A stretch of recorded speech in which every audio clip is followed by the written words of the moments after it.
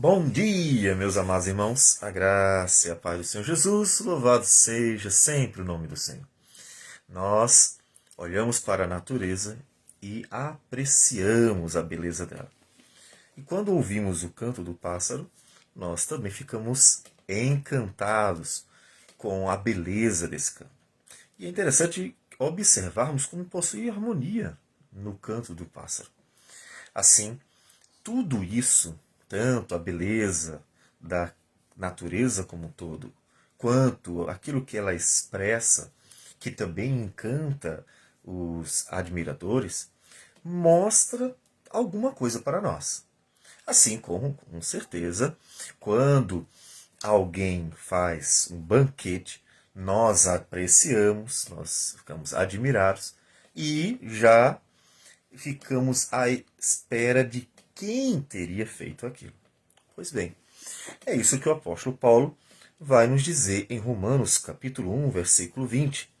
Ele diz: porque os atributos invisíveis de Deus, assim o seu eterno poder, como também a sua própria divindade, claramente se reconhecem desde o princípio do mundo, sendo percebidos por meio das coisas que foram criadas. Tais homens são, por isso, indesculpáveis. Bem, nós havíamos até falado sobre o fato de que na história da redenção, Deus muitas vezes ensinou sobre o certo e o errado. Portanto, o homem não pode dizer que não tem conhecimento durante a história sobre aquilo que deveria fazer e aquilo que não deveria fazer. Todavia, o apóstolo Paulo usa um outro argumento, ele usa o argumento sobre a revelação natural. E a revelação natural nós encontramos em o Salmo 19, em que o salmista Davi diz o seguinte: os céus proclamam a glória de Deus, e o firmamento anuncia as obras das suas mãos. Um dia discursa a outro dia, e uma noite revela conhecimento a outra noite. Não há linguagem, nem há palavras, e deles não se ouve nenhum som. No entanto, por toda a terra se faz ouvir a sua voz, e as suas palavras até aos confins do mundo. Ou seja, a natureza, ela comunica algo, mesmo sem dizer nada. E ela comunica que tem que haver um Criador. Olhar para a criação com toda a sua beleza, harmonia, complexidade, e não querer ver que tem que haver alguém que a criou, é um problema para o ser humano. E, diante disso, o apóstolo diz: porquanto, tendo conhecimento de Deus, ou seja, o conhecimento de Deus está lá. O fato do homem ignorá-lo não vai, em hipótese alguma, servir de argumento para a ideia de que ele não sabia de nada. Por quê? Mas estava lá. É como dizer para um professor, tendo um quadro com todas as explicações, com tudo diante de seus olhos, bem explicado, bem claro, e no momento de fazer uma atividade ou até mesmo uma avaliação, o aluno que tinha diante de si toda a explicação clara, só precisava colocar em prática, dizer que não sabia de nada, então o professor vai dizer assim: olha, não tem como se justificar. Por quê? Porque estava tudo diante de seus olhos. Então o homem tem diante dele. Todas as pessoas conseguem, de alguma forma, experimentar a realidade da criação. Alguns podem dizer assim: mas tem pessoas que não veem, né? Portanto, ele vai diminuir o testemunho para elas, mas mesmo assim, elas existem. Elas conseguem tocar, elas conseguem perceber de alguma forma a natureza, a criação que está ao seu redor. Mesmo que elas não consigam desfrutar da beleza visível dessa natureza, dessa criação. Então, todas as pessoas têm esse testemunho, testemunho que as obras de Deus vão dando dia a dia sobre o fato de que tem que existir um Criador. Todavia, o que acontece?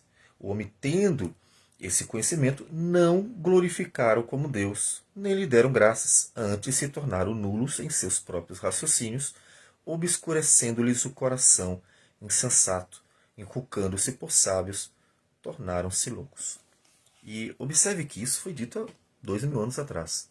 Ou seja, não é apenas um fenômeno do darwinismo ou evolucionismo ou outras teorias relacionadas à ideia de que a natureza ela simplesmente rege a si mesma, que todas as coisas têm um ponto de origem completamente inanimado, que não existe um ser inteligente que tenha criado, porque todas essas teorias terminam levando para a mesma ideia, um ateísmo. Então, o que é o ateísmo cientificista? É nada mais do que homens se inculcando por sábios e se tornaram loucos. Por que loucos?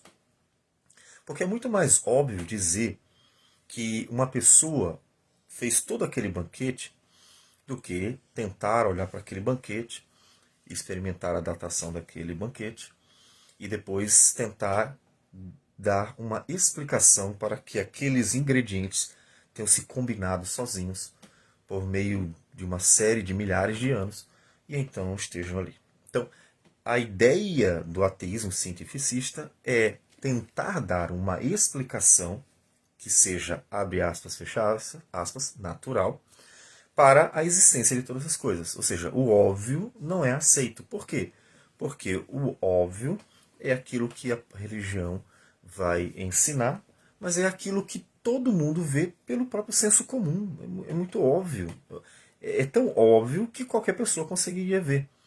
E o cientificismo, ele gosta de complicar, né? Porque ele gosta de dar a ideia de que não, só algumas pessoas conseguem ver, só algumas pessoas conseguem chegar a esse conhecimento, porque ele é científico. E aí é uma idolatria do cientificismo. Quando, na verdade, o óbvio já está lá. Então, seria como dizer que, olha, não, aquele bolo maravilhoso não serve qualquer um faz. Tem que ser um bolo feito por um chefe. E aí o chefe vai lá e faz quando vê, puxa, mas é o mesmo bolo. Então, nós temos um problema de forma de olhar para as coisas comuns, quando às vezes essas coisas comuns, elas são explicadas de forma comum porque elas são algo natural do dia a dia. Então, olhar para a natureza e ver, observe, não precisa ser cientista, não precisa ter um conhecimento prévio tão grande para ver uma coisa muito óbvia. A harmonia de toda a natureza, a complexidade dela. Basta olhar a sua vida. Se você tiver um pouco de observação, tempo para observar sua constituição, vai ver como ela é complexa. Eu gosto de ficar observando nos meus filhos. E uma das coisas que me encanta é como nosso corpo ele consegue crescer todo de forma harmônica. Observe, a criança está crescendo e está crescendo em medida proporcional, simétrica, todas as partes. Né? As duas mãos crescem ao mesmo tempo, na mesma ordem. Para isso precisa que o osso, a pele, o músculo, tudo cresça junto, harmonicamente, e são milhões e bilhões de células que estão crescendo ao mesmo tempo. E todas harmonicamente. Isso em cada parte do corpo. Porque se houvesse qualquer desarmonia, a cabeça cresceria mais, ou um braço maior do que o outro, uma perna maior que a outra, um órgão interno maior que o outro, e a coisa bagunçando. E as pessoas, obviamente, ficariam aquele quadro disforme. Né? E tudo funciona perfeito. Então, observe como tudo é muito bem organizado. Né? Então, ver tudo isso, né, tanto na nossa vida, que lembro-me de uma exposição de um médico, se não me falha a memória, sobre o funcionamento do organismo, e ele não estava fazendo defesa ao criacionismo, ele estava só expondo o funcionamento. E aí ele fez uma animação para isso. E nessa animação é fantástico. Ele explica que nosso corpo é como uma cidade. É como se existisse dentro de nós uma cidade que funciona de uma forma perfeita. E existe o caminhão que leva a mercadoria de um lugar para outro, existe aqueles que constroem, e outros que têm uma outra função. E eles são funções, tudo muito organizado. E é perfeito. É simplesmente maravilhoso. Então, ver tudo isso, que o apóstolo Paulo diz que, na época, mesmo sem ter essa capacidade de observar pelo microscópio o funcionamento detalhado, mas olhando já de forma geral, contemplando a natureza, já era suficiente para dizer assim: tem que ter um Criador. Tem que ter. Não é possível um banquete se fazer sozinho, não é possível um computador se fazer sozinho, um carro se fazer sozinho. Não é possível que coisas complexas, coisas que precisam de uma matemática, que precisam de física, que precisam de toda uma organização, que precisam de informação. O nosso organismo tem um DNA, a informação, para que tudo funcione como um computador, né, programado direitinho. Ou seja, que precisa de tudo isso. Não tenha um Criador. É um absurdo. Então, o apóstolo Paulo diz, olha, é um absurdo. Se para ele era um absurdo na época, você imagina hoje, se o apóstolo Paulo tivesse o que nós temos hoje, que é o acesso ao conhecimento muito mais detalhado da nossa natureza, da criação, aqui pelo menos no planeta Terra. E olha que nós já temos até mais do que isso. Então ele diz, olha, é muito claro que tem que haver um Criador. Mas os homens, mesmo diante disso, não deram glórias a Deus. Então veja que é um pecado sério, porque Deus não deixou a revelação de si mesmo escondida, apenas dada para alguns. Ah, não, só alguns têm a Bíblia. Não, calma. Ele está dizendo que a natureza é a revelação da existência de Deus e de alguns dos seus atributos, como o poder dele para criar tudo isso, a sabedoria. Então veja que isso trata da questão de ter sido feito por alguém inteligente, um ser que tem que ter planejado, organizado, né, vamos dizer assim, desenhado, escrito. Ou seja, foi uma coisa pensada. A natureza mostra que alguém tem que ter realmente criado detalhadamente cada parte dela e o todo. Então, é muito claro, ele diz, que Deus se revela pela natureza. E os homens deviam dar glórias a Deus por isso.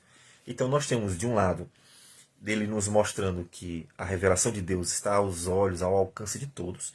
De outro lado, ele diz que isso dá ao homem, ou exige de um homem, algo. O que ele exige? Que o homem, diante da revelação natural, de que existe Deus, de que Deus é inteligente, Deus é poderoso, que ele dê glórias a esse Deus. Né? Ele glorifica este Deus. E aí o homem se inculcando por sábio, então observe que nem sempre a inteligência do homem leva o homem para, de fato, algo bom. Muito do que o homem produziu aos seus olhos como algo sábio foi, na verdade, algo louco, porque desprezou o próprio Deus. Então, sempre que o homem, e aí pense nisso, sempre que o homem, não importa de qual cultura, não importa que tipo de assunto, mas sempre que o homem produzir, que o homem imaginar, que o homem confabular, filosofar, que o homem trouxer ideias que não glorifiquem a Deus, ou seja, que apontem na direção oposta, né?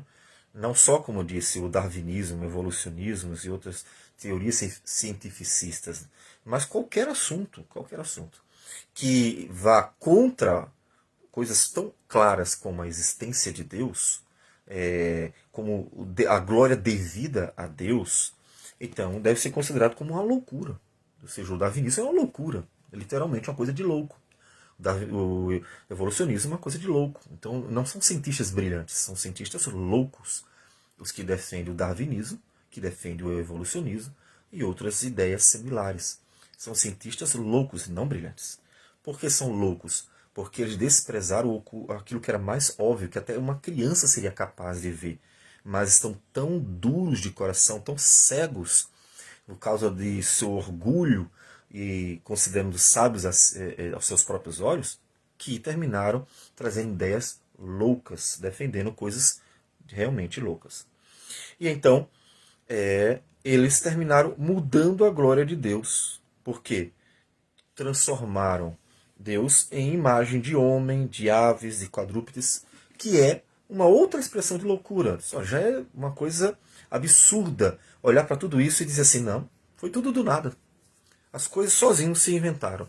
As coisas vieram de uma forma de uma explosão, ou vieram de uma outra forma, seja qual for a ideia, que não queremos tratar especificamente disso, mas seja qual for a ideia da origem, elas vieram casualmente a partir de algum evento inanimado. Pronto. Isso já é coisa de louco. Por quê? Por causa de todo o testemunho que a natureza dá da necessidade de um ser inteligente por trás. Mas ainda é mais loucura dizer assim, não, o Deus que criou é um pássaro, é uma vaca, é um boi, ou mesmo um ser humano qualquer. Por quê? Porque são criaturas, estão aí na natureza, são criaturas. Como é que alguém com esse formato aí, então, não é suficiente ao homem negar a Deus, o homem termina transformando ainda, mudando a glória de Deus. Então, para Deus, isso é muito ofensivo. Mudaram a glória do Deus incorruptível. Então, Deus se sente completamente ofendido quando o homem dá imagens a Deus. O Deus invisível, o Deus que está muito além da criação, e o homem vai dar uma imagem de uma criatura para ele. Então, para Deus, isso é muito ofensivo. Então, Paulo vai dizer como Deus vai reagir depois. Para nós, agora, basta observarmos que a natureza é suficiente para testemunhar a existência de Deus e alguns de seus atributos invisíveis.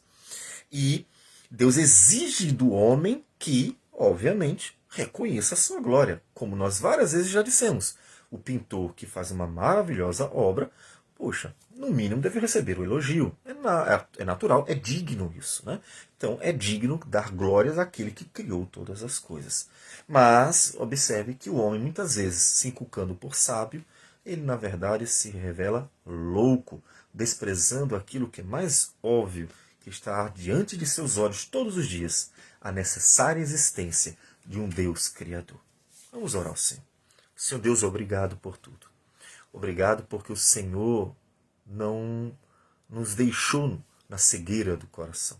Antes o Senhor nos abriu o entendimento e nos deu a graça para não só vermos o que está ao alcance de todos, mas nos deu a graça, Senhor Deus, para vivermos contigo. Ó Deus, que o Senhor seja misericordioso com muitos ainda que estão vendo a revelação de que o Senhor existe, a natureza revela a tua existência, mas, Senhor Deus, alheios, vão ignorando, Senhor Deus, e vivendo como se o Senhor não existisse. E assim, Senhor Deus, desprezando a tua graça, desprezando, Senhor Deus, a tua bondade que todos os dias se manifesta sobre toda a criação. Que o Senhor tenha misericórdia, porque o nosso desejo é que muitos venham ainda conhecer, Deus, a tua graça redentora. Que o Senhor receba a nossa oração, nossa gratidão, abençoe, ó Deus, o nosso dia, e tudo isso nós oramos em nome de Jesus. Amém, Senhor. Que Deus abençoe a todos e tenham um bom dia.